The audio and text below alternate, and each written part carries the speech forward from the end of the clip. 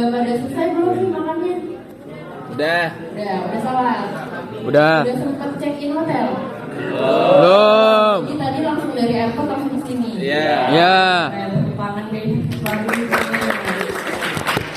Oke, semoga perkenalkan dulu nama aku, nama saya mungkinnya Adura dari Bank Indonesia.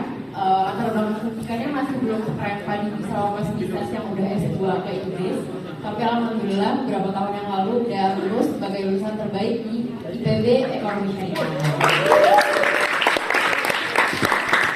Jadi sebenarnya pada kesempatan kali ini sebelum kalian bikin konten kan kita juga kalau bikin konten harus yang benar dong, yang kredibel. Nah makanya aku mungkin ngejelasin sedikit terkait prinsip dasar ekonomi syariah. Nah kalau dilihat ini agak lucu, kita main game dulu kali ya. Gimana? Ini udah sesuai kelompok. Angry Bird. Belum. Satu kelompok kan berapa orang? Satu kelompok 13 orang. Ini aja deh satu lingkaran aja ya. Ini ada yang 4, ada yang ini berapa? Oh yang mana nih? 1, 2, 3, 4, 5, 6. Ada yang campur ya. Yang berdua mungkin boleh gabung dulu. Oh ini satu kelompok. Oke, berarti ini yang boleh berdiri mungkin yang peserta audisi boleh tolong berdiri. Biar kelihatan. 1. Oh ya, aku bagi kelompoknya ya. Ini kelompok 1, ini kelompok 2. Jadi 1, 2, 3, 4, 5, 6, 7. Terus itu yang belakang 8, 9, 10. Udah ingat nama kelompoknya semuanya? Kita berapa? 1, 2, 3, 4, 5, 6, 7, 8, 9, 10. Oke. Terus permainnya kayak gini ya. Jadi nanti aku nyebut satu kelompok. Nah dari kelompok ini dari kanan ke kiri bilang bersedia, siap. Bersedia, siap, mulai, tembak, door. Terus kamu nanti nyebutin kelompok lain. Nah, misalnya kamu nyebutin kelompok 7, nah nanti kelompok 7 langsung nyaut bersedia, siap, mulai, tembak, door, nyebutin kelompok lain lagi. Mulai, tembak, door. Bersedia, siap, mulai, door. tembak, door. Kalau misalnya bersedia, siap, mulai, tembak, door. Orang berarti doornya 2 kali. Bersedia, siap, mulai. Bersedia, siap, mulai, tembak, door. Bersedia, siap, mulai, tembak, door. Bersedia, siap, mulai, tembak, door. Aku bersedia berarti. Nanti jangan lupa sebutin nama kelompok lain, biasanya kelompok lain dijawab juga. Oke? Teriak lah gue, teriak. Ada pertanyaan? Nanti kalau misalnya nanti kita semua berdiri, yang udah bisa jawab boleh duduk. Yang nggak bisa jawab atau nggak ngadet, kita hukum kan? Aduh. Lantang lah, lantang. Siap? Oke. Kelompok 5.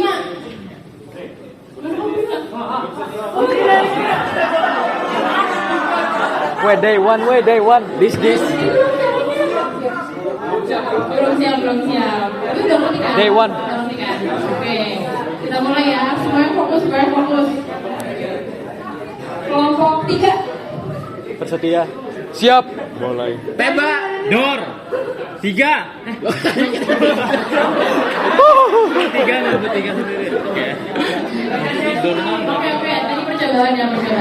Jadi nyebut door sama nyebut kelompok yang lain yang kelompok ini. Pilih sembarang. Siap, mulai, tembak, door. Jadi ya suaranya biar supaya kedengeran. Kita ulang lagi ya. Ini kalau salah lagi beneran lagi nih. Kelompok 2.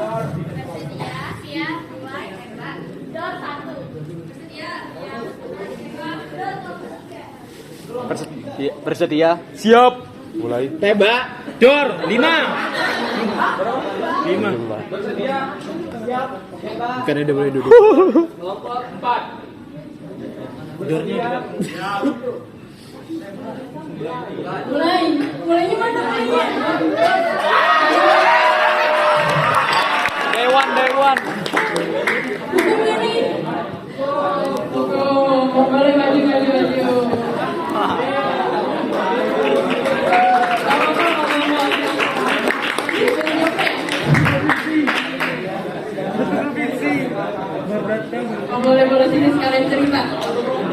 boleh. Ini guys.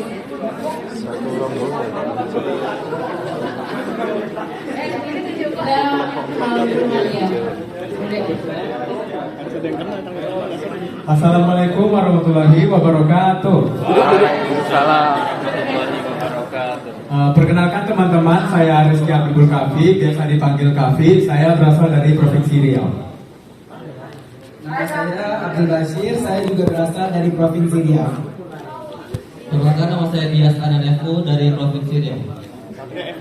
Perkenalkan, nama saya Akif Irman dari Provinsi Riau. Perkenalkan, saya Aidatul Fadila dari Provinsi Riau. Perkenalkan, nama saya Novel Faros dari Provinsi Riau.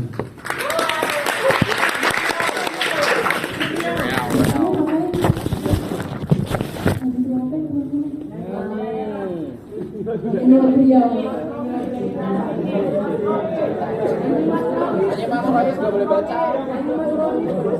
Ini lagu dia apa?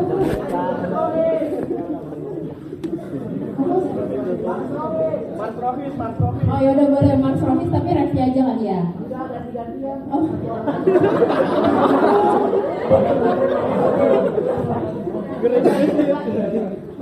Apa? Boleh. Kesepakatan apa? Lagu daerah yang hafal nyanyi, yang gak hafal joget.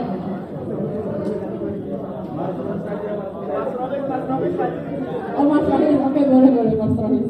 1, 2, 3. Cinta Allah dan Cinta Rasulullah, cinta ilmu juga cinta lingkungan, cinta diri dan sesama manusia, cinta tanah air dan bangsa. Rohis Indonesia kita harapan, Rohis Indonesia menjadi kalahan, Rohis Indonesia berkarya nyata, jaya Rohis, jaya Indonesia. Ya, terima kasih tim Riau, selamat kembali. Meskipun tadi kayaknya ada yang belum hafal ya, masih agak lihat-lihat langit-langit. Oke. Terima kasih semuanya teman-teman. Sekarang kita udah main gamenya, kita mulai ke materinya. Boleh next? Oke. Di sini kalian tuh jurusannya apa aja sih? Bahasa Inggris masih IPA IPS?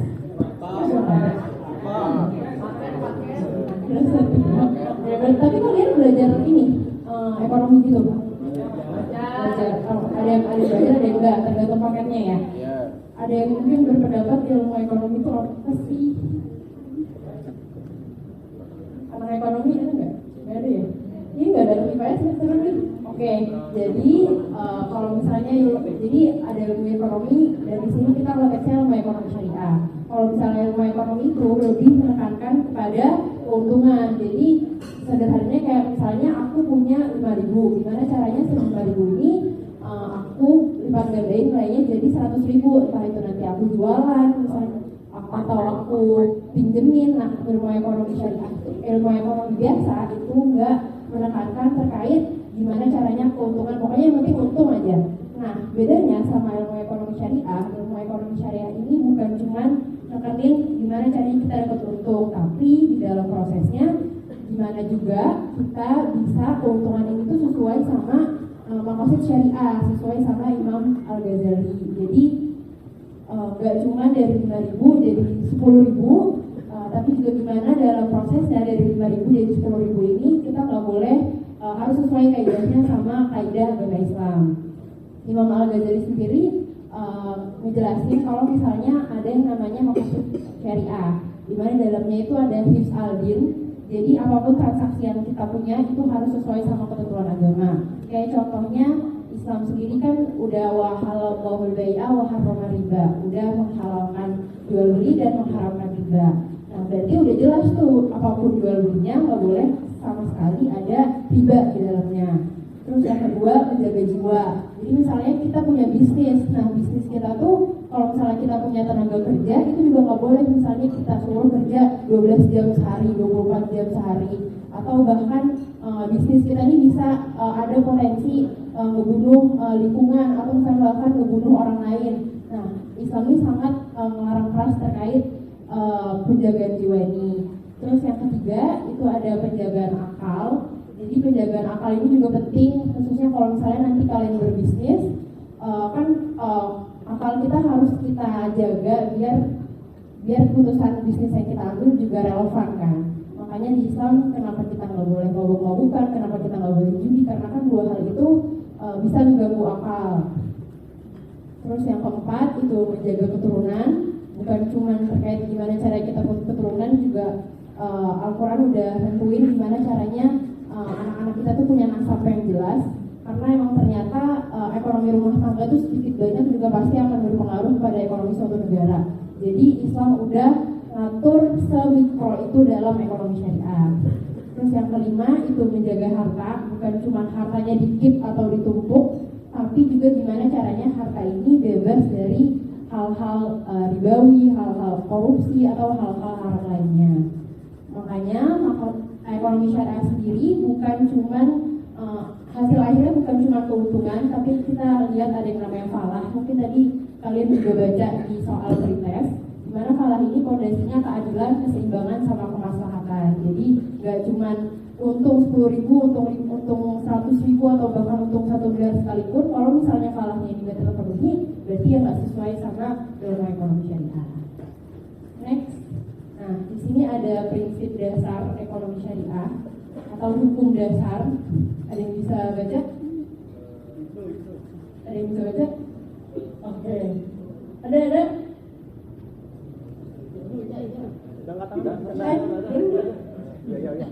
Bang Nabi. Salah nggak? Yang mana? Syariah meliputi Prinsip dasar syariah. Syariah meliputi ibadah dan juga muamalah.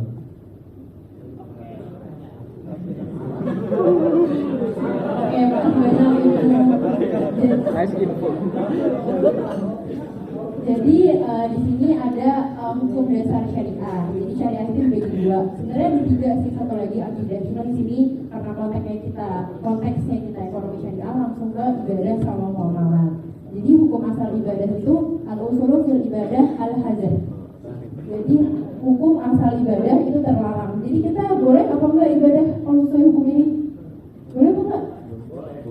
Enggak boleh. Ini kayaknya susah nih orang ini nggak boleh ibadah ya. Jadi maksudnya semua ibadah itu sebenarnya nggak boleh kecuali ada tuntunannya sama Rasul. Jadi misalnya nih kita mau ngide, mau ada sholat misalnya sholat zuhur 5 rakaat, boleh apa enggak? Nggak boleh, karena kan dari tuntunannya kan. Nah, ini yang dimaksud semua ibadah itu nggak boleh kecuali Rasul udah tentuin. Terus yang kedua itu muamalah. Nah beda sama ibadah. Muamalah itu hukum asalnya al-usulu fil muamalah al-ibahah. Jadi hukum asal dari muamalah itu boleh. Jadi semuanya boleh meskipun Rasul nggak mencontohin sekalipun, itu semuanya boleh. Illa kecuali malam yadillu dalil ala tahrim, kecuali ada dalil yang mengharamin. Jadi semua muamalah, semua ekonomi itu boleh kecuali Rasul dan di Al-Quran udah jelas-jelas tulis itu nggak boleh. Makanya transaksi pakai kris boleh bang nggak? Kan di zaman Rasul nggak ada. Ya nggak apa, kan misalnya mubah kan. Kecuali riba, kalau riba kan udah jelas-jelas nggak boleh. Kalau misalnya kayak judi kan jelas-jelas Rasul juga melarang, itu baru nggak boleh. Terus misalnya ada pertanyaan lagi, emang kalau misalnya kita nyari duit itu nggak masuk ibadah kak? Masuk, tapi kan kalau misalnya kalian nanti memperdalam ilmu fikih, ibadah itu ada dua kan, ibadah mahdoh sama ibadah goiro mahdoh. Ibadah mahdoh itu kayak puasa, haji, syahadat, sholat, pokoknya rukun iman itu ibadah mahdoh, dimana di dalamnya itu ibadah khusus, jadi kayak step by stepnya yang harus jelas. Nah muamalah ini masuknya ke ibadah goiro mahdoh, jadi tetap dapat pahala, tapi nggak secara spesifik diatur dalam fikih step by stepnya, kecuali tadi ada dalil yang menghalangi gitu. Jadi ini pentingnya belajar kedua ini buat biar kita nggak gampang mengharamin suatu hal, tapi juga nggak gampang membolehin suatu hal. Semuanya udah ada hukum prinsipnya. Next, oke. Kan tadi dibilang al-usul fil muamalah al-ibaha kecuali ada suatu dalil yang mengharaminnya.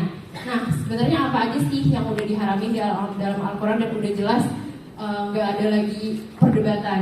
Nah, ini ada beberapa transaksi yang dilarang dalam muamalah. Yang pertama ada riba. Riba secara bahasa artinya tambahan. Mungkin ada yang mau ngasih pendapat terkait riba. Riba. Atau apapun terkait riba. Contoh.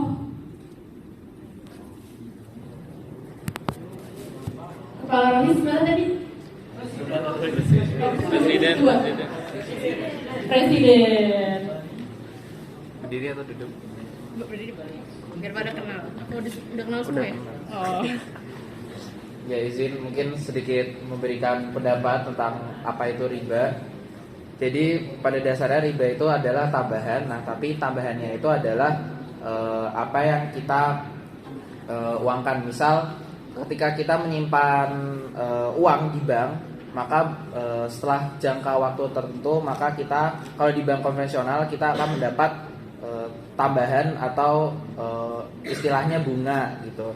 Nah, dari penerapan ini itu ternyata terkandung unsur riba yang ternyata dilarang oleh Islam, sehingga makanya diciptakan adanya ekonomi syariah atau bank syariah dengan prinsip bagi hasil, sehingga lebih adil dan lebih transparan mungkin seperti itu. Terima kasih.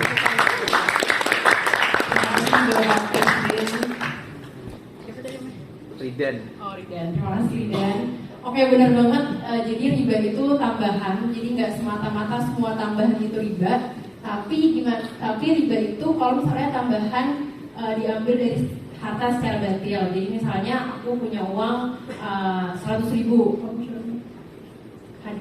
Hadir butuh uang nih, misalnya butuh pinjaman, terus ya udah deh aku pinjemin nih 100.000 aku, tapi nanti bayarnya 120.000 ya. Nah, itu artinya ya riba, karena ada tambahan sih 20.000 ini. Kenapa riba ini benar-benar gak boleh? Bahkan kalau misalnya di Al-Quran dan Sunnah, para pelaku riba ini udah diancam bakal diperangin sama Allah dan Rasulnya.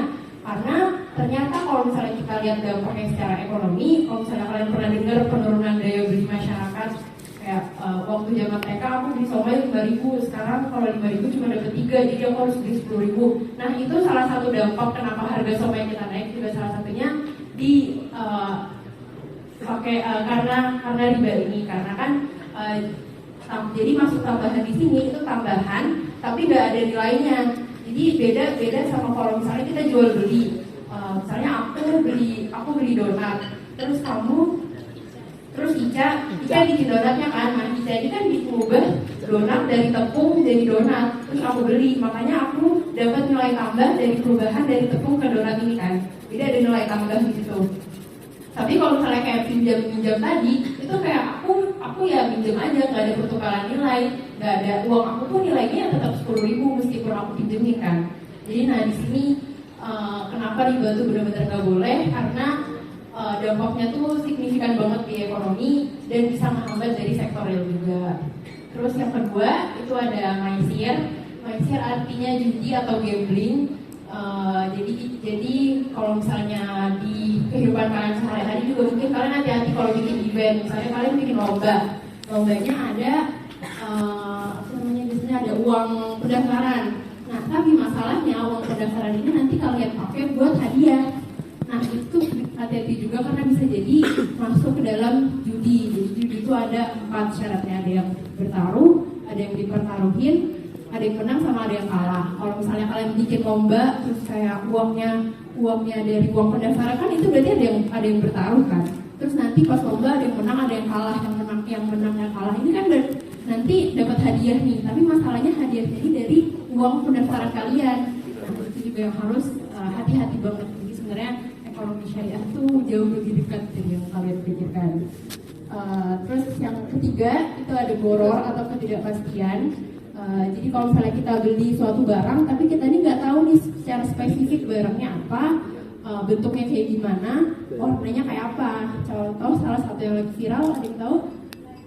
Betul, blind box. Ini mungkin kalau misalnya kalian up di TikTok akan banyak orang yang marah. Cuman ya kita harus maksudnya ini kan bukan perkataan kita, ini perkataan Rasul. Kalau Rasul tuh menjauhi goror, dan sampai sekarang pun bukan Pokmar, Blind Box itu masuk ke dalam goror. Jadi kalau kalian mau beli Pokmar, ya beli aja, kan beberapa series juga ada yang gak Blind Box kan. Nah, jadi itu bisa banget dihindarin sebenarnya. Terus yang keempat itu ada ihtikar atau menimbun barang. Ini biasanya kalau di sehari-hari sih mungkin lebih ke nimbun beras ya. Jadi mereka beli beras pas harga masih murah, terus kan nanti di pasar harganya lama-lama jadi mahal kan, karena berasnya lama-lama langka. Nanti pas langka ini berasnya dikeluarin biar beberapa pihak ini dapat keuntungan. Itu bahayanya menimbun barang. Karena kan udah secara alamiah ya, kalau misalnya barang itu sedikit harga pasti naik. Terus yang selanjutnya itu ada bayi najasi atau rekayasa permintaan. Ada yang main saham di sini? Saham. Jadi biasanya bayi najasi ini dipakai buat main saham gitu sih. Jadi beberapa orang itu diminta buat permintaan saham, sampai akhirnya yang tadi aku bilang kalau misalnya permintaan naik, harga juga pasti naik kan, karena mau nggak mau tuh orang mau memperebutkan. Nah, gara-gara itu sahamnya jadi naik, pas harganya udah naik, mereka nggak jadi bikin permintaan, nggak jadi beli sahamnya. Akhirnya kan beberapa orang yang udah beli saham di harga tinggi itu jadi rugi kan. Jadi intinya beberapa transaksi ini tuh benar-benar gak dibolehin, karena ada pihak yang dapat kerugian, ada yang dapat keuntungan. Jadi yang rugi banget, yang untung banget. Nah, Islam ini pengen menghindarin transaksi-transaksi yang gak ada kayak gininya. Terus transaksi maksiat, ini lebih ke transaksi yang mengandung maksiat. Terus transaksi sud yang zatnya pun udah haram, jadi kayak homer, babi kan itu udah jelas haram ya, dan itu harus banget hindarin. Sama yang terakhir ini praktik suap. Jadi ini praktik yang mungkin sayangnya suka kita temuin, tapi dalam Islam itu benar-benar nggak dibolehin. Next. Sejauh ini udah ngumpul otaknya? Belum ya? Atau ada pertanyaan?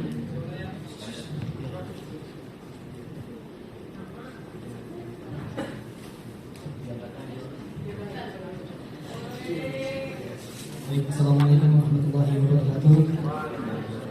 Perkenalkan, nama saya Muhammad Gufron Sabki dari SMA Negeri 74 Jakarta, dari Provinsi DKI Jakarta.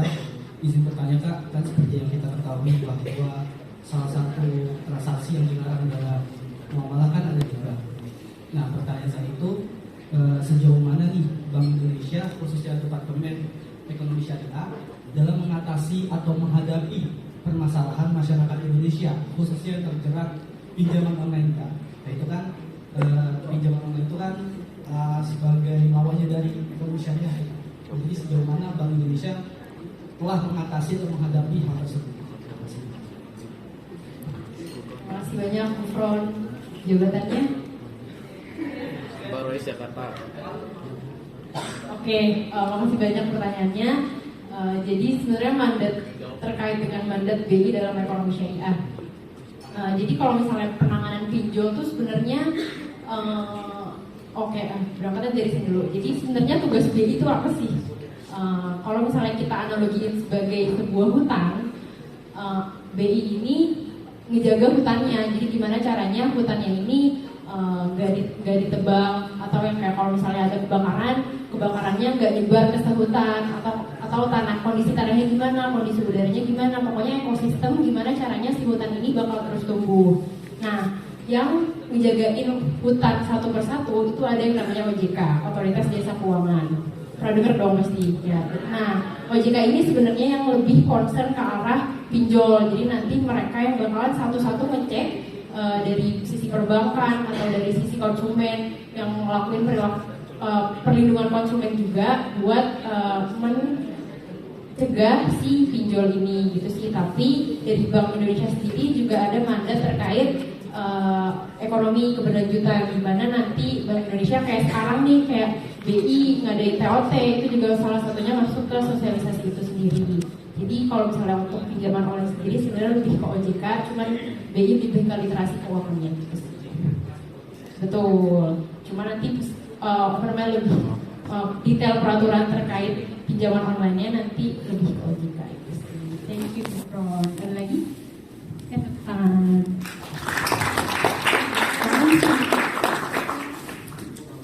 Oke, lanjut. Ini lanjut ke hubungan manusia dan harta. Jadi sebenarnya manusia dan harta ini dalam Islam hubungannya kayak gimana sih? Apakah kita benar-benar bermusuhan? Apakah orang Islam benar-benar tidak boleh tajir 7 turunan? Nah, di sini akan dijelasin. Jadi ini istiqlal. Jadi sebenarnya manusia itu juga merupakan khalifah di muka bumi. Di mana posisinya itu sebagai wakil dari pemilik yang sesungguhnya. Makanya pemilik yang absolut itu sebenarnya Allah. Kalau di dalam Islam kita cuma sebatas khalifah yang mewakilin Allah aja buat milikin apa yang ada di muka bumi ini.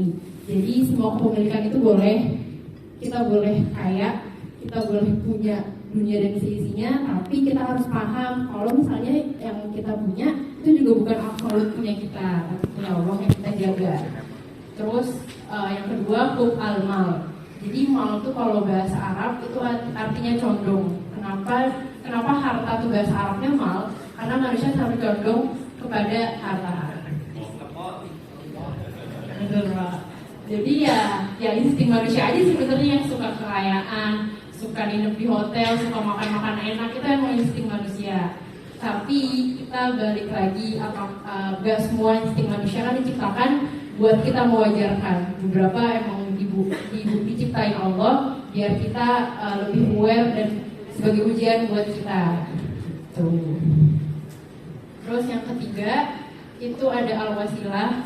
Jadi manusia diciptakan dalam rangka menundukkan diri serta menyembahnya. Jadi manusia ini cuma merupakan media atau wasilah buat mencapai tujuan akhir, yaitu mencapai kemuliaan, menolong pihak lain dan memperkuat agama.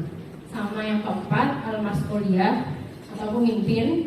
Jadi manusia diciptakan sebagai khalifah yang kreatif dalam memenuhi kebutuhan. Dan udah selayaknya mas'ul, udah selayaknya pemimpin, kita juga harus mempertanggungjawabkan harta yang kita miliki. Gak cuma di dunia, pasti juga di akhirat. Next. Ini ada beberapa nilai-nilai ekonomi syariah. Yang pertama ada kepemilikan. Jadi hakikat kepemilikannya yang kayak tadi aku jelasin.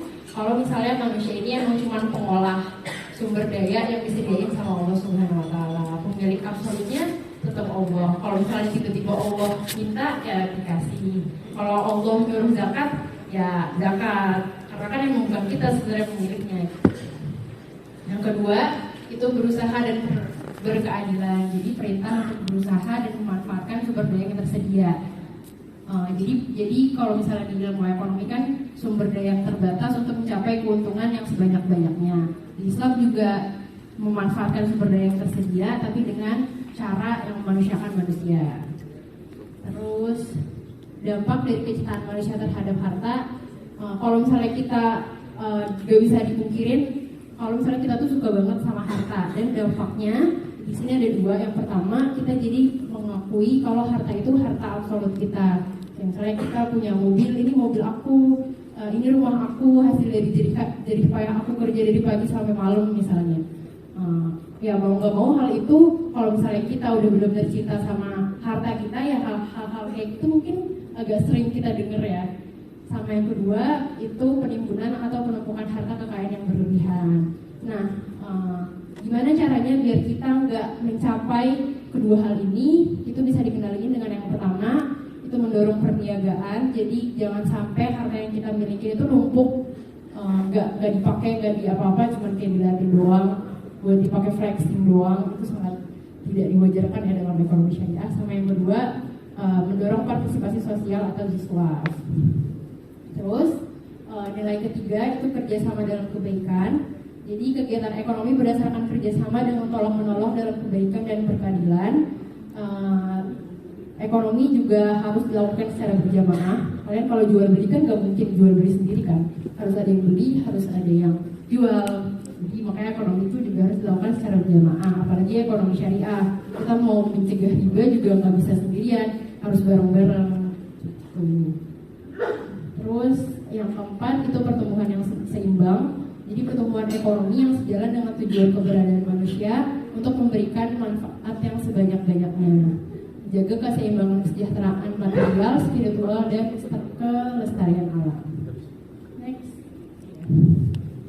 Ini prinsip dasar ekonomi syariah.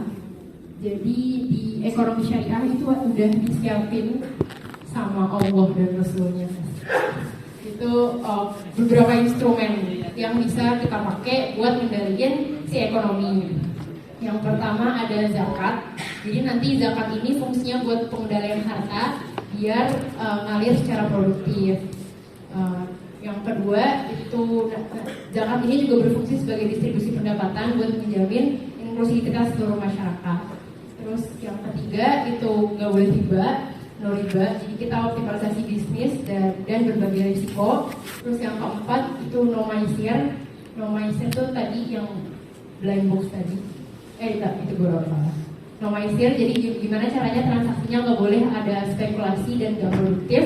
Yang kelima itu juga udah disediain instrumen infak, sedekah dan wakaf atau iswaf. Itu buat partisipasi sosial untuk kepentingan publik. Jadi orang muslim sebenarnya kalau misalnya mau berpartisipasi secara sosial udah gak pusing lagi mau lewat mana, karena udah ada instrumen si infak, sedekah, wakaf. Sama yang keenam itu ada muamalah. Muamalah ini gak boleh ada doror atau kegiatan yang membahayakan lingkungan maupun manusia lain. No goror, no zolim, no muhamarat, sama sesuai sama Medina Market Rules. Medina Market Rules ini apa nih? Apa sih? Jadi kalau kalian ingat sejarah hijrah Nabi Muhammad yang pertama kali dibangun Nabi Muhammad SAW pas dulu hijrah di Madinah, itu salah satunya pasar. Karena di situ Nabi ngelihat kalau misalnya pasar kaum Yahudi, kalau misalnya kaum Yahudi itu nggak sesuai sama syariat Islam, makanya Nabi mutusin buat bikin pasar di Madinah. Next.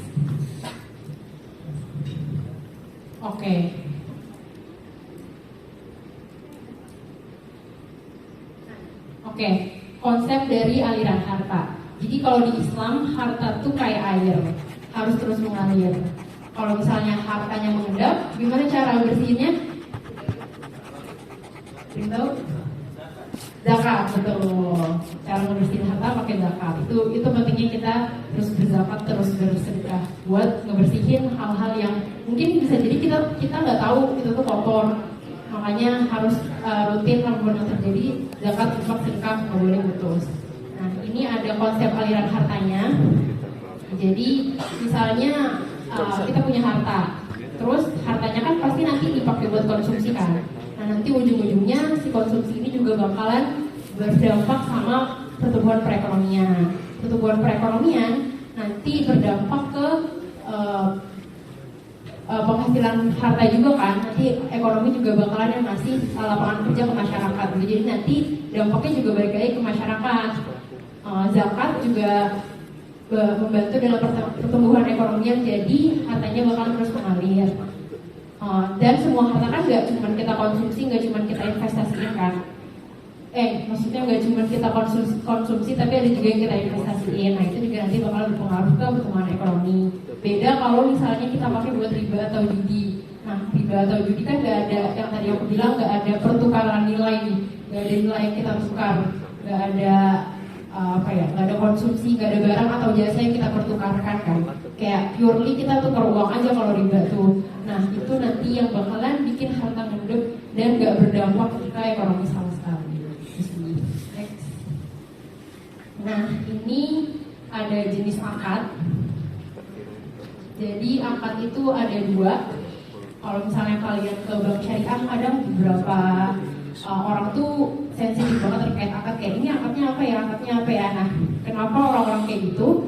Karena biar tahu akadnya itu masuk ke tabaru atau tijari. Apa akad tabaru atau tijari itu? Akad tabaru itu akad tolong menolong. Jadi sudah selayaknya kalau kita menolong, berarti kan ada orang yang kesusahan. Jadi ya kita nggak boleh ngambil keuntungan dari orang yang usaha ini kan. Makanya namanya akad tabaruk. Itu contohnya ada wadiah, titipan, atau qard, pinjam-pinjam. Yang kedua itu ada akad tijari. Jadi akad yang emang udah jelas-jelas boleh ada upah di dalamnya. Di dalamnya ini ada pertukaran, ada tijari muawadat, ada tijari istishraq. Jadi pertukaran misalnya antara barang sama uang dalam bentuk tunai, atau jasa sama uang dalam bentuk ijarah. Ada juga istishraq atau bagi hasil. Di dalamnya ini ada syirkah sama mudharabah, dan semua akad ini punya ketentuannya masing-masing. Mungkin nanti kalau misalnya kalian mau tahu lebih lanjut tuh semuanya juga ada di DSN MLI, bisa dibuka-buka terkait tiap akad-akadnya ini. Kemudian jenis-jenis akad transaksi muamalah ini cukup berat. Ada yang mau ditanya dulu? Ini sebenarnya udah masuk ke kurikulum kuliah ya, akad-akad ini. Atau ada yang pernah dengar mungkin selain enggak? Mungkin ada yang pernah dengar salah satunya apa? Biasanya di mana? Oh, oke. Kamu punya ini nggak bank syariah? Punya akun bank syariah? Tahu nggak akadnya apa? Itu sebenarnya balik lagi ke perbankan dan produk yang kalian pilih. Tapi aku masih PR, coba kalian cek bank syariah kalian, rekening tabungan kalian, terus kalian lihat itu tuh tabungan kalian itu pakai akadnya apa? Akad wakaf kah? Atau akadnya mudharabah kah? Karena itu bisa beda-beda tiap produknya. Kita mulai dari akad jual beli.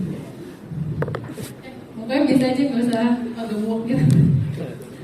Jadi yang pertama itu ada jual beli atau murabahah. Jadi ini kalau ini biasanya lumayan umum buat transaksi KPR. Jadi misalnya aku mau beli rumah, terus aku kan pasti nggak punya uang buat beli rumahnya secara tunai kan. Nanti bank ngebeliin dulu rumah itu, terus nanti bank jual lagi ke aku. Misalnya harga rumahnya 2M. Adalah nanti rumahnya aku jual lagi ke kamu, tapi total harganya 2,3M ya. Terus bisa transaksinya per bulan. Nah ini dibolehin karena sebenarnya dari bank ini udah punya si rumah ini kan. Jatuhnya jadi kayak jual beli aja kan, dari bank ngejualin rumahnya lagi ke aku gitu. Terus yang kedua ini ada salam, itu cara pemesanan dengan pembayaran lebih dulu. Ini sering banget kalian lakuin di Shopee. Shopee kan kamu bayar nggak langsung dikirim kan saat itu juga barangnya, tapi pesan dulu. Nah itu maksudnya akad salam.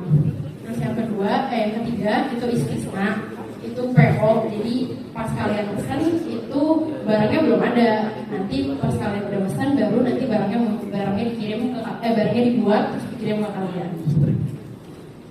Terus ada juga ijarah. Ijarah itu sewa menyewa suatu barang.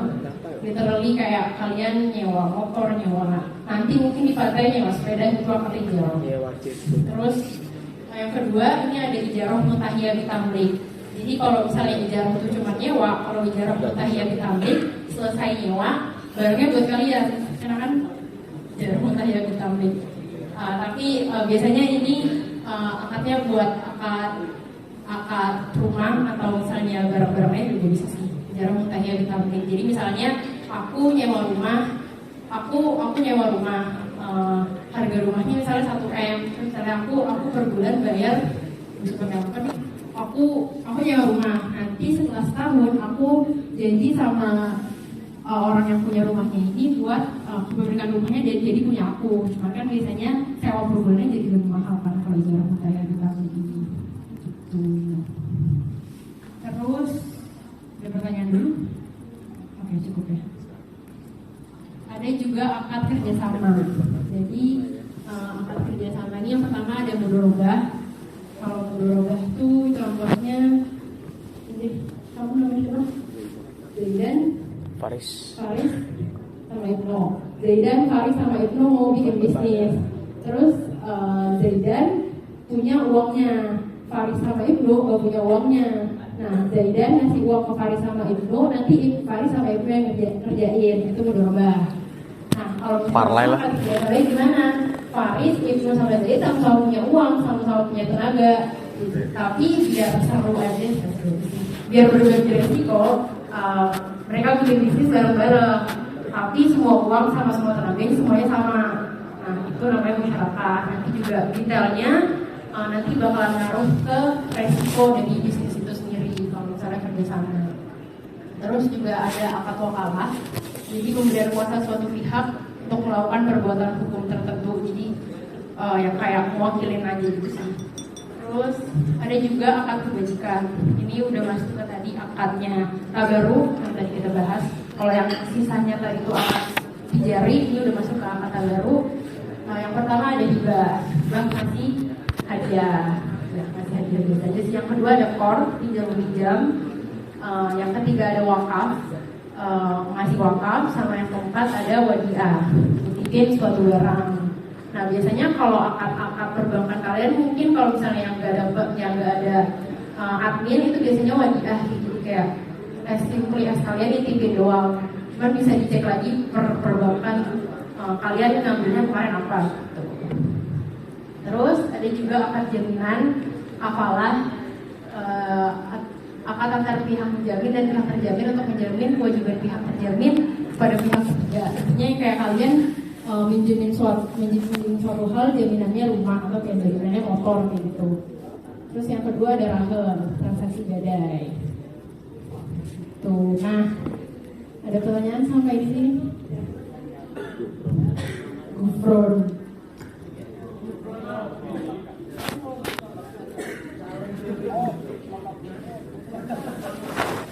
Assalamualaikum warahmatullahi wabarakatuh. Waalaikumsalam warahmatullahi wabarakatuh. Kan untuk ini kan menjadi pertanyaan saya sih soalnya kan di dalam bank kan itu kan ada suku bunga simpanan ya kayak. Nah, apakah suku bunga simpanan ini masuknya ke riba? Misalkan masuk ke riba, terus solusi yang diberikan itu apakah kira-kira yang supaya kita bisa menyimpan uang kita? Suku bunga pinjaman riba, yang gak riba bagi hasil. Suku bunga simpanan, iya apa mas Binus? Solusinya bank syariah.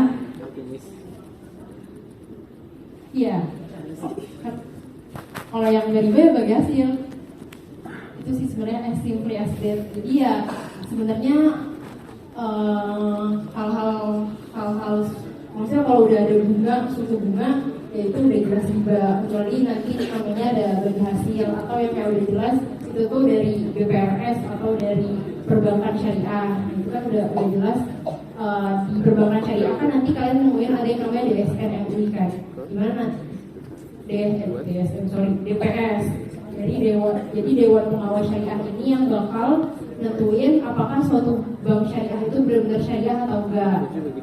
Jadi seharusnya semua akad yang ada di perbankan syariah itu insya Allah tidak mengandung riba karena ada si DPS ini gitu. Terus oke, ini ada pertanyaan. Ini self quiz yang kita udah follow. Sebenarnya udah follow. Yang belum follow ya Instagram bisa. Ini terkait sama yang tadi aku jelasin terkait akad. Jadi kasusnya Aldi sangat membutuhkan motor untuk operasional usahanya. Demi membantu Aldi, jadi ada Aldi ini punya teman namanya Rosyad yang baik banget. Karena lihat Aldi usaha, akhirnya yaudah deh Rosyad beli motor, terus nyewain ke Aldi selama 1 tahun. Nah biaya sewanya itu 1,7 juta per bulan. Terus di kesepakatan akhir setelah masa sewa 1 tahun berakhir, hak kepemilikan motor tersebut langsung dialihkan secara resmi kepada Aldi. Apakah akad yang digunakan Aldi dan Rosyad? Aduh, udah banyak. Coba.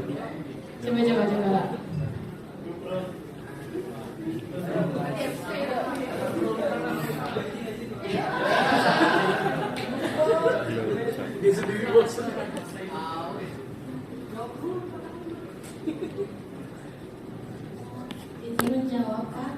Untuk kronologi kasus yang itu kan Aldi kan membutuhkan motor untuk operasional usahanya. Karena Aldi membutuhkan motor, maka si Rosyad itu menyewakan motornya kepada Aldi selama 1 tahun dengan biaya 1,7 juta per bulan.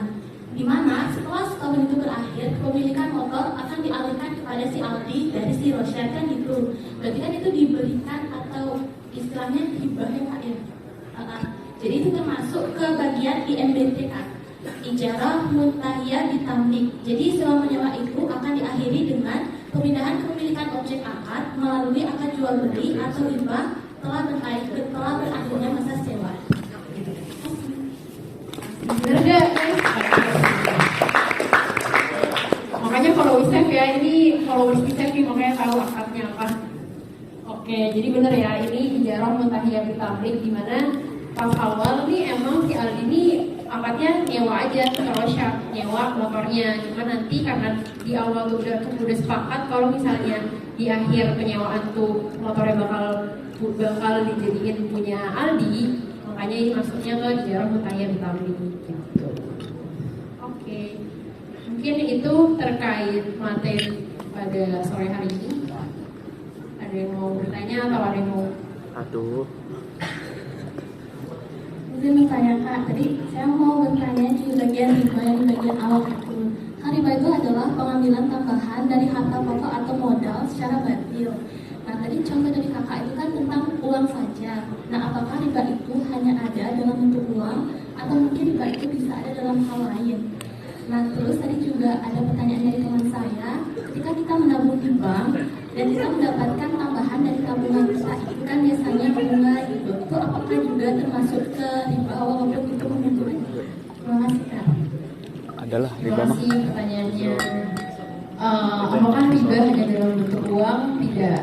Jadi riba ini sebenarnya masih ada banyak jenisnya lagi, riba negasi, riba nasiah dan lain-lain. Nah, salah satu contohnya kan biasanya yang kita temuin itu uang. Bisa jadi juga nggak uang juga. Kalian tuh masih ngalamin nggak sih tuker-tukeran kertas binder? Enggak ya?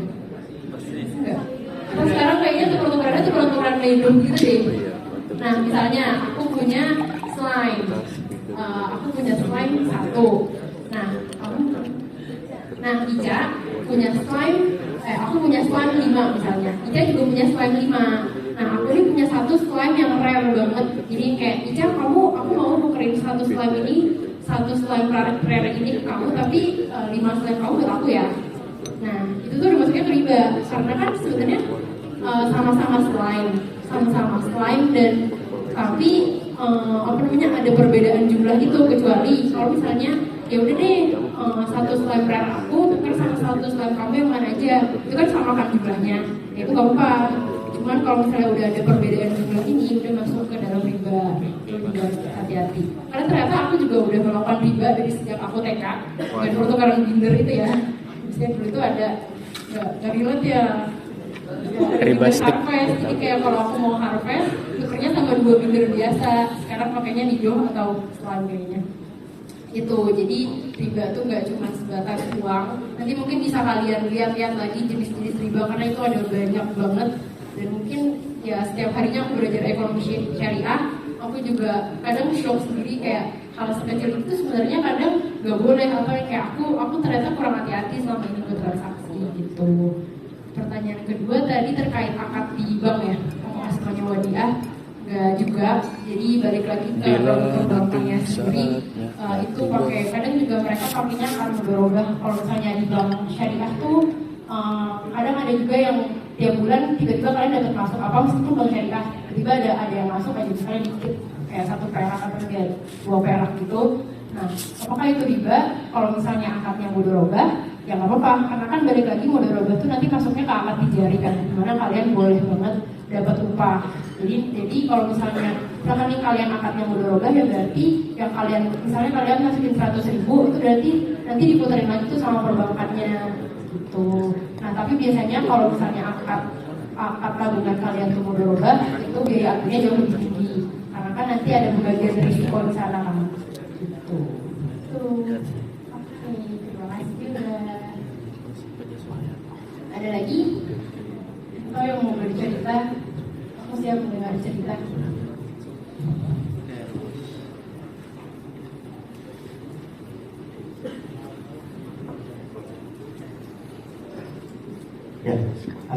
warahmatullahi wabarakatuh.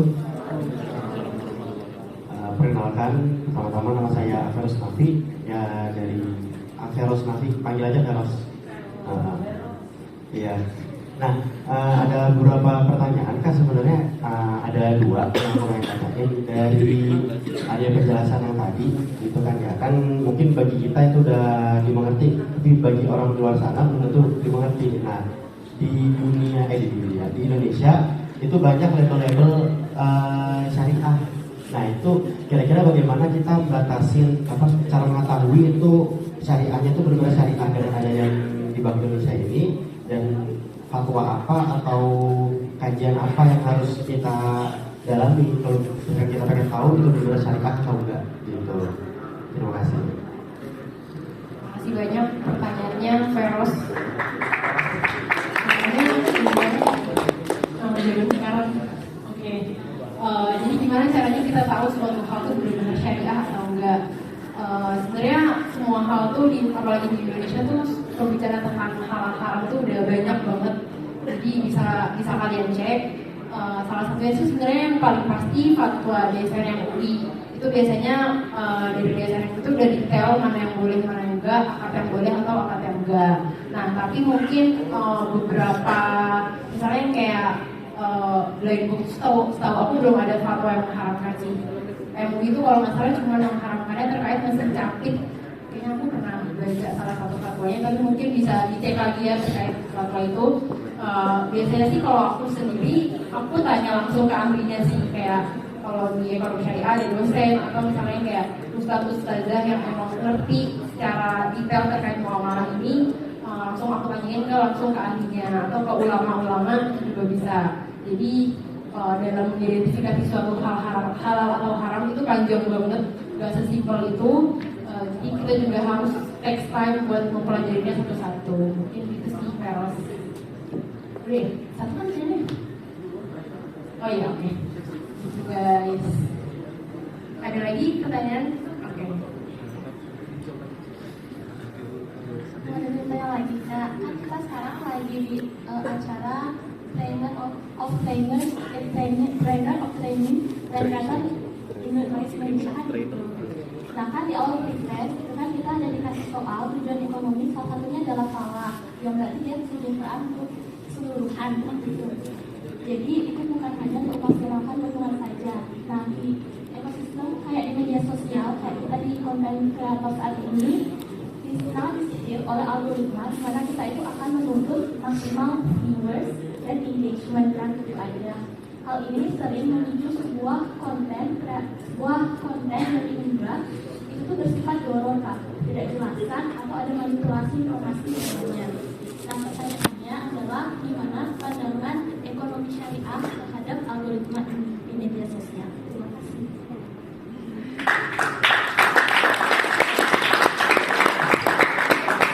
Oke, jadi kalau yang aku tahu sih sebenarnya algoritma tuh sesimpel kalian biasanya ngelihat apa, nanti keluarnya gitu lagi kan.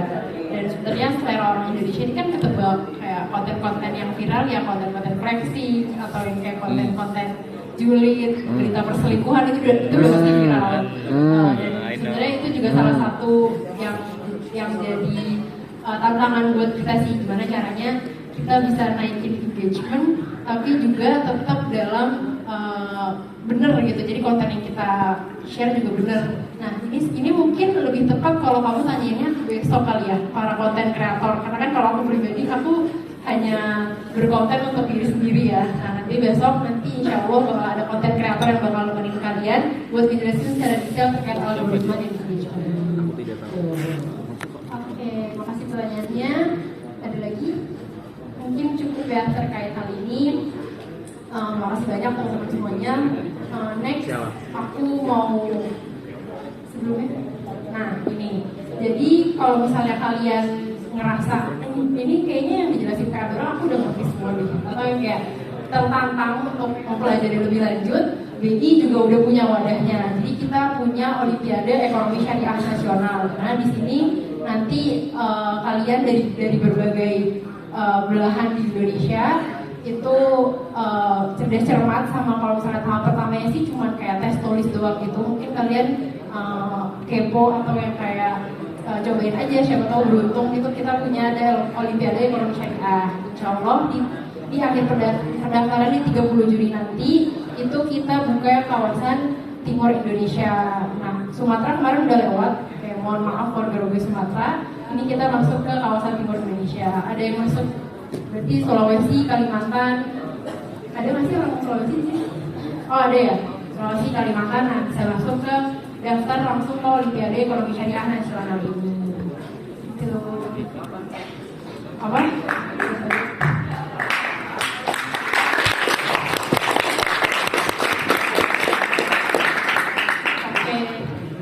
Makasih banyak teman-teman antusiasmenya.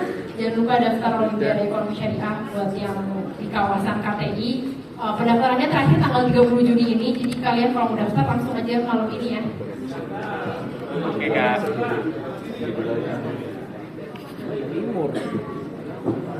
Oke, sama kan tadi dari Pak Judi, dari pihak Pemkab juga bilang kalau misalnya acara ini harus ada outputnya ya.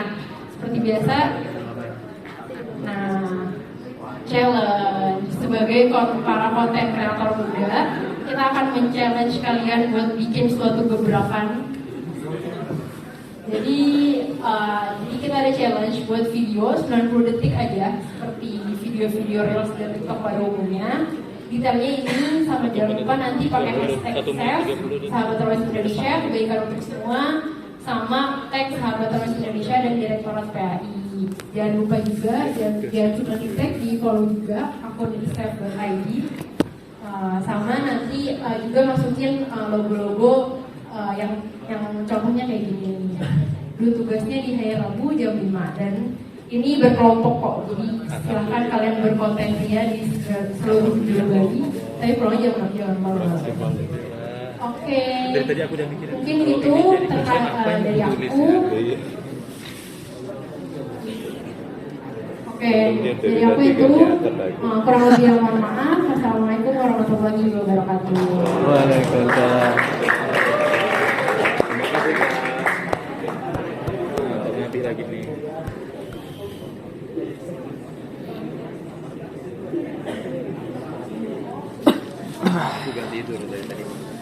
Oh iya guys, jangan lupa, jadi ternyata ini ada frame-nya. Nanti kalian harus sesuai frame-nya ini gitu. Nanti tinggal dimasukin aja videonya frame-nya ini. Nanti detailnya mungkin kita tanya ke panitia. Frame-nya di set frame. Sama logo ya? Jam 5. Oke, beri tepuk tangan yang meriah dong.